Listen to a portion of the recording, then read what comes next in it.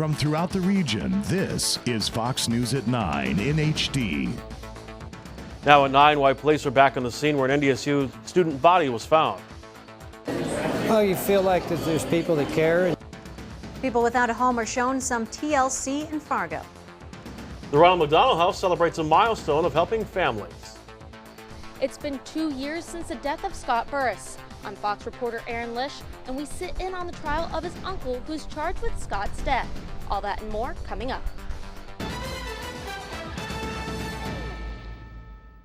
Hi everyone, thanks for joining us. It's like a scene out of a scary movie, coming across a dead body. That is what happened to a Fergus Falls man 2 years ago. Bryce Albertson took the stand on the first day of testimony in the trial of a man accused of killing his nephew. Fox reporter Aaron Lish was in court to hear the gruesome details of the case. 2 years after the death of Scott Burris, witnesses began testifying in the trial of his uncle, Michael Allen Burris, including the man who found the body.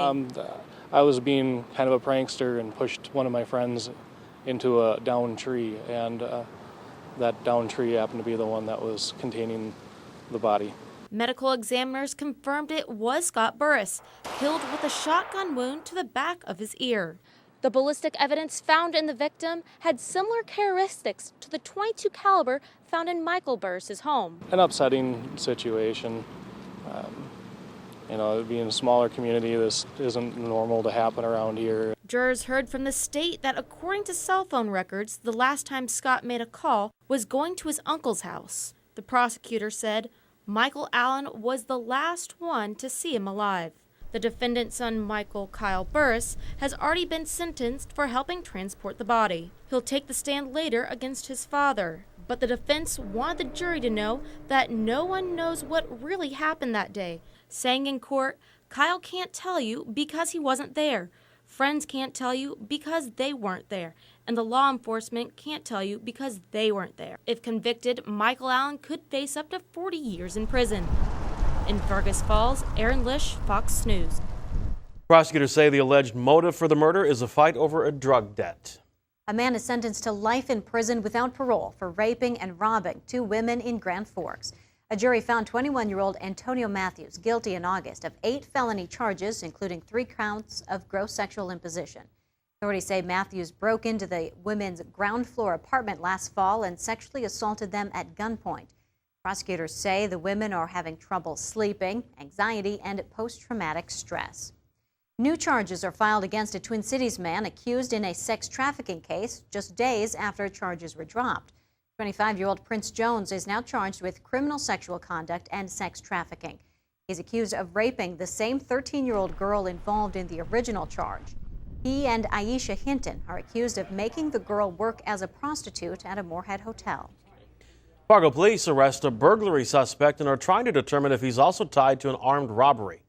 18-year-old Obi Azi Ahmed is accused of breaking into an apartment early this morning in the 4300 block of 15th Avenue South. Police grabbed him after he was seen running across a parking lot with a TV on his head. Investigators are checking into whether or not Ahmed is also connected to a robbery at Casey's General Store early this morning. Police say black men with cloth over their faces and armed with a pistol stole an unknown amount of money and ran. The K-9 unit tracked them to an area apartment building northwest of the store. The trail went cold. The clerk at Casey's was not hurt. Moorhead police were once again called to the place where NDSU student Thomas Beerson's body was found. An employee from Larry's RV Sales last night reported a suspicious male walking around the property.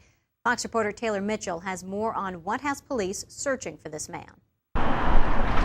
A man who was reportedly walking around Larry's RV Sales after it closed said he was just looking, but an employee still decided to call the police. Based on this being the location where the body of Thomas Beerson was found 3 weeks ago, and just suspicion on the employee contacted the police department, and we responded in an attempt to locate this individual. However, we've been unsuccessful. He is described as a white male, approximately 20 years old, with a thin build, wearing a black cap, gray t-shirt, and jeans. At this time, police say they have found no connection to the homicide investigation. We're going to continue to look for information to identify this person as the possibility that it may have associations. Police say they still don't know why Beerson was found here, but they continue to search for clues that will bring them answers. We continue to be very active following up on leads, such as anything that may have a connection such as this or other leads as well. They're searching for any clues that may lead to answers about what happened to this 18-year-old. Taylor Mitchell, Fox News. Police continue to search for Beerson's cell phone and his white sneaker. Well, our weather is like a little bit of summer here in October. And nobody is complaining. Meteorologist Rob Kupek is in the Fox Weather Center. Some changes will be blowing in tomorrow with this breeze. Yes, the breeze will be up like today, but it'll be from a different direction tomorrow. Let's go look at the highs first. Wishick Rugby, both at 75 degrees, the capital of the Banana Belt. Fargo touched 70, Grand Forks just missed 69 degrees. All across Minnesota, temperatures were in the mid to upper 60s as well. So a very warm day. Averages, remember, are about 57 this time of year. Let's look upstream. Oh, here's what's coming our direction. Saskatoon at 57, 50 in Edmonton. So a good shot of some, well, air that'll actually be a little bit closer, maybe a little below average on Friday, but it will not probably last very long. We do have some clouds overspreading the area in advance of that. It's a fairly quiet night, except for that wind, which will stay up all night. That'll help keep temperatures up through the overnight hours. Here's what we'll be talking about coming up tonight. It will warm back up next week. We'll take a look at Hurricane Gonzalo. Should be an O on the end there. And the precision long-range forecast right through Halloween. Coming up in a few minutes. 2 women from Florida are in jail in Jamestown for trying to pass stolen checks. 28-year-old Crystal Rollo and 65-year-old Jeannie Reed are in custody for stolen property, counterfeiting, and fraud. Authorities were tipped off by police in Valley City after the women tried to pass a stolen check at U.S. Bank. They say the checks were taken during a rash of vehicle break-ins near Bismarck State College in August. The FBI is investigating whether the women are tied to a number of such thefts in a multi-state area. A former nurse in Minnesota who admitted going online and encouraging 2 people to kill themselves is headed to jail. William Melkert Dinkel's 3-year prison sentence will be suspended if he spends 178 days in jail and complies with probation. The 52-year-old was convicted in September of assisting a suicide and attempting to assist a suicide in the deaths of an Englishman and a Canadian woman. Melkert Dinkel told the judge he was sorry. A truck driver hauling a large piece of farm machinery struck an interstate overpass at Jamestown. The driver was not hurt. The bridge was deemed structurally sound. No word yet on any damages. The police chief says the overpass is low and has been hit several times before. Canadian Pacific Railway is suing the city of Enderlin, North Dakota, wanting an ordinance that bans trains from blocking railway crossings for more than 10 minutes to be declared invalid. The company says the city does not have the authority to enforce the ordinance. The Enderlin city attorney says the city is acting within the law and is trying to keep roads clear for emergency vehicles. Violators must serve a minimum sentence of 2 days in jail and pay a $500 fine. Another oil record is set in the oil patch. The North Dakota Industrial Commission says the state produced a record 35 million barrels of oil in August. Production increased nearly 20,000 barrels per day. The natural gas flaring rate hit 27%. New flaring regulations that went into effect October 1st require companies to flare no more than 26% of gas. The state's top oil regulator says recent global oil price drops could potentially halt drilling in several counties due to unprofitability. Fargo City officials take a tour of the entire city. The annual tour, hosted by the Planning Commission, it takes them through interesting cases in the city and allows them to see the factors that influence city planning. They were able to see new construction, storm ponds, private roads, and infills.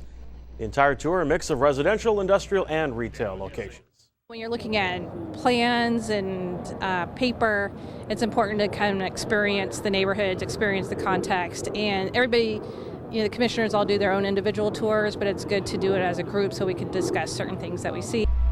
Well, officials say the tour allows them to see all the projects that they have approved throughout the year. A day of pampering for those less fortunate. I'm Hiba Samadhan here at the Fargo Dome. Over 60 agencies gather to help those in need. I'll have details coming up. And the Ronald McDonald House celebrates a milestone.